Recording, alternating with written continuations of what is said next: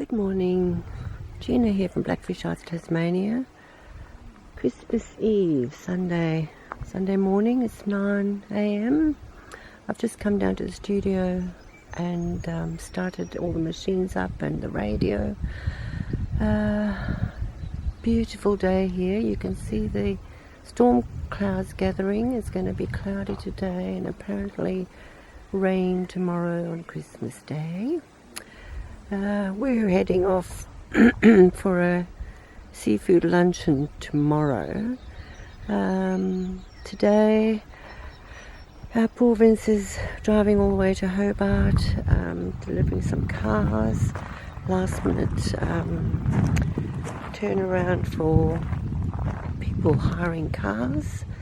I'm just heading down to the creek at the moment and seeing what I can see. I saw the platypus floating by just before he duck dived under the bridge yesterday. There's a turbo chook there. I'm trying to find the baby. He must be around. We've had poor showings, so these turbo chooks, there's 3 of them, were last season's babies. So they first year mums, and oh dear, they're hopeless. They started off with 5 chickens and they've got 1 left. There he is, keeping my eye on him.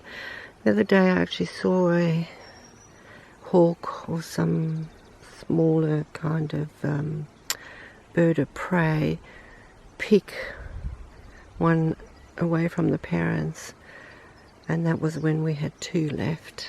They started with 5, and the 5 were only 2 weeks ago, so this one's not very old.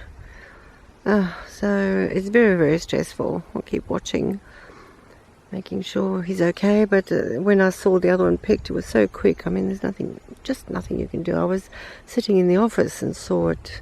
It was from those trees there, so we didn't even see him sitting there. Very stealthy. And the chicken was up against, both chickens, there he goes, the little one. Both chickens were up against the garden centre, and the bird picked his moment. Oh, so stressful. Oh, look, so little. So, look at him go. I'm hoping he's going to be alright. Gosh, they're so vulnerable.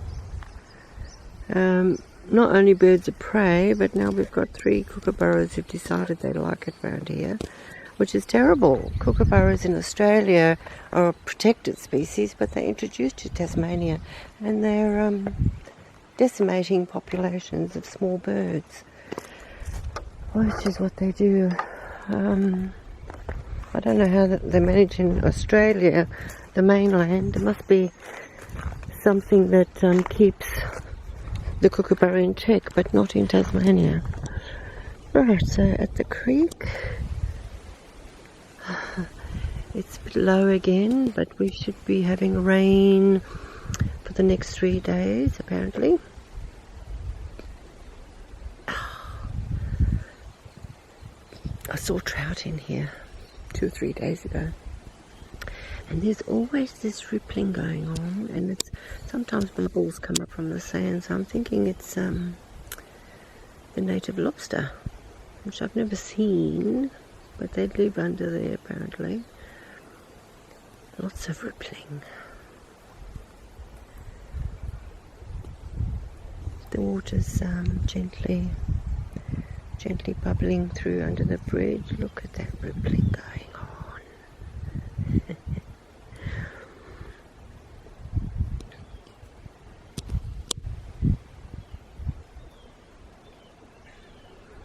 I'm on my Canon camera again, using the video facility. It's a Canon 5GX. So I've had it a few years. Oh, lots of rippling up there. And if it's the platypus, he'll surface and we'll see something. But if nothing's surfacing, it's either fish. Or fish. Fish or fish, I reckon.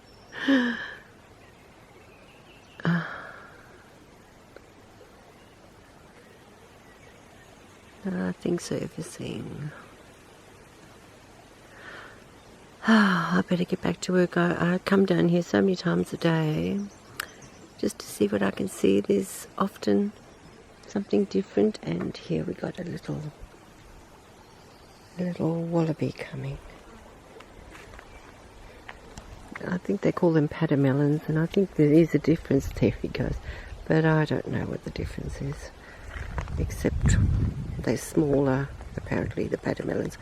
Although we've got some big ones, I wonder if it is a wallaby when I see a big one.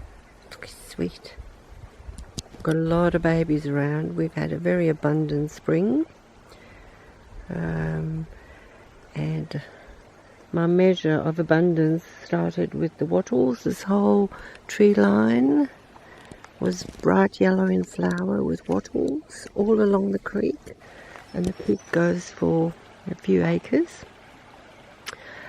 And then the bottle brush on full, overgrown with flowers, just wonderful. So that was the wattles and the what did I call them?